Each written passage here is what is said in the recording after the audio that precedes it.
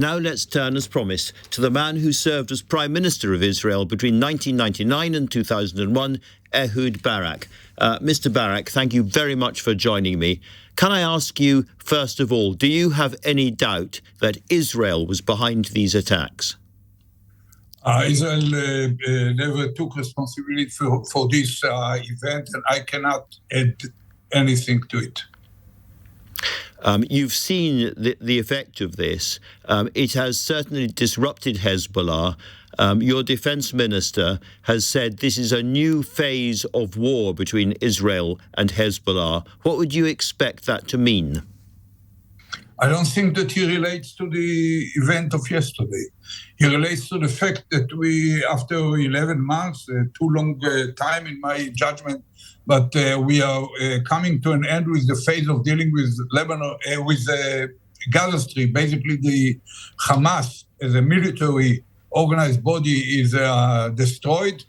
They are still there. They are in the Gaza Strip. They can still use terror, guerrilla attacks on Israeli forces, but basically they are destroyed.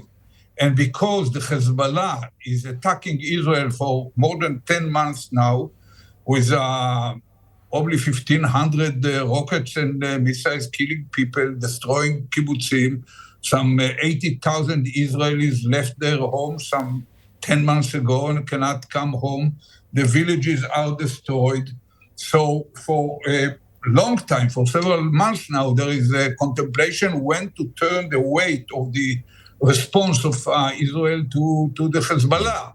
And I think that he talked about the general situation of having to turn to the Hezbollah, which continues to attack. You know, if Hezbollah would have stopped attacking Israel a month ago, 2 months ago, 4 months ago, 6 months ago, the whole thing was quiet over there. But they basically initiate the continuation of the clash. The Americans clearly think that the Israelis are behind these attacks. If they are, is this the kind of response to Hezbollah you would support? No, I don't think that first of all, I cannot verify or confirm what the Americans say. But I think that there are a lot of considerations about how to respond to the Hezbollah violence. I think that Israel does not have any interest in having a full scale with Hezbollah. To tell the truth, I would not recommend to the Hezbollah to try us in a full scale war. So I think that basically neither side needs it. So potentially it could be solved, but somehow the continuation of attacks into our cities, settlements along the border and quite deep into Israel, as long as this does not stop, and as long as the activity using direct fire into our villages and cities along the border, it will need operation, and probably there will be an operation to put an end to it. So what do you think did happen in Lebanon yesterday and today? What's your explanation of what's happened? So I do not pretend to know more than you know, but thousands of small pagers exploded yesterday, and probably several hundreds walkie-talkies exploded today.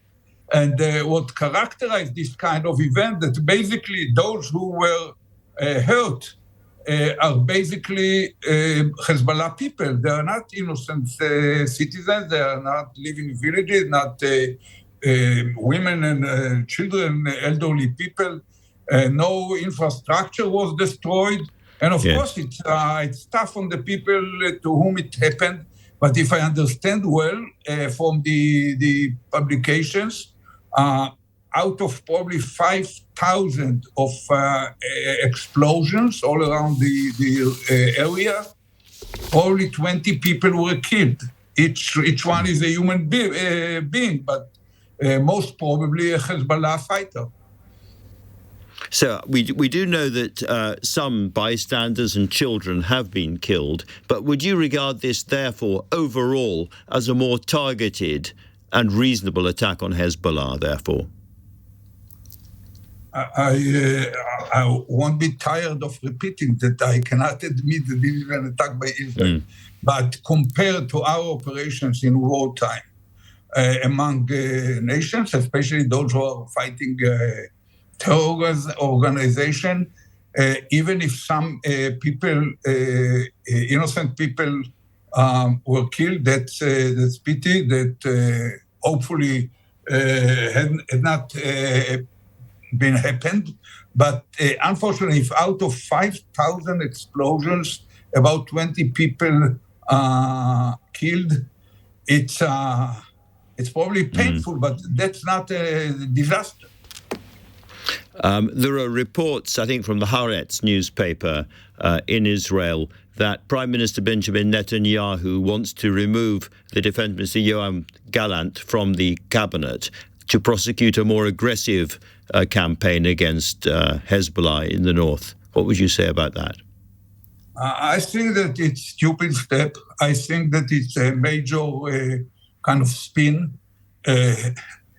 Yoav Gallant, the Minister of Defense, is not less hawkish. He's much more hawkish than Netanyahu. Netanyahu was the one who lost his balance altogether in the first 3 days, and later on, for many months, was hesitating, could not reach a decision even about operating in Gaza Strip. For months, he hesitated to go into Rafah and this Philadelphia road. But when finally the Gallant convinced him, the leadership of the IDF convinced him to do it, he immediately allowed it and immediately start to blame them for being kind of weak and non-aggressive enough. That's ridiculous. Netanyahu is lying as he breathes. And he sometimes lies just to protect his reputation as a liar, with no even apparent reason. So don't listen to him. Remember always the Time magazine who made a huge interview with him, hugging him, kind of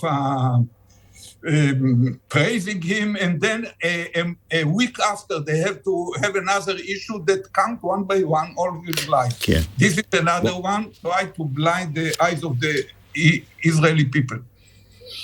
One final question, sir. Israel has been voted, as it were, against in the United Nations General Assembly today. The motion that Israel must bring to an end without delay its unlawful presence in the occupied Palestinian territories within 12 months has passed by 124 countries voting for that and 14 only voting against that. What do you think the reaction will be in Israel to that vote? I think the reaction will be mainly that the UN is wrong, and we shouldn't be respected because it's biased. But I should tell you the truth that it's in a way it's the result of not very clever behavior of our government. We could do all steps all along the way, listening to the three kind of recommendation of our founding father Ben Gurion about going to war. Always have a superpower on your right. Always do it aggressively, very short, bring into decision in order to be able to harvest the fruits of in the battlefield, translate them into political or diplomatic results, and before, during, and after the war, always have a firm grip on the moral high ground. Israel is not allowed alone in the world. We should make peoples of the free world and governments of the free world convince that Israel did its best to avoid the steps that are taken. And Netanyahu rejected all this. And now we are paying the price in the UN. Shrewd words. Ehud Barak, former Prime Minister of Israel, thank you very much for talking to LBC tonight.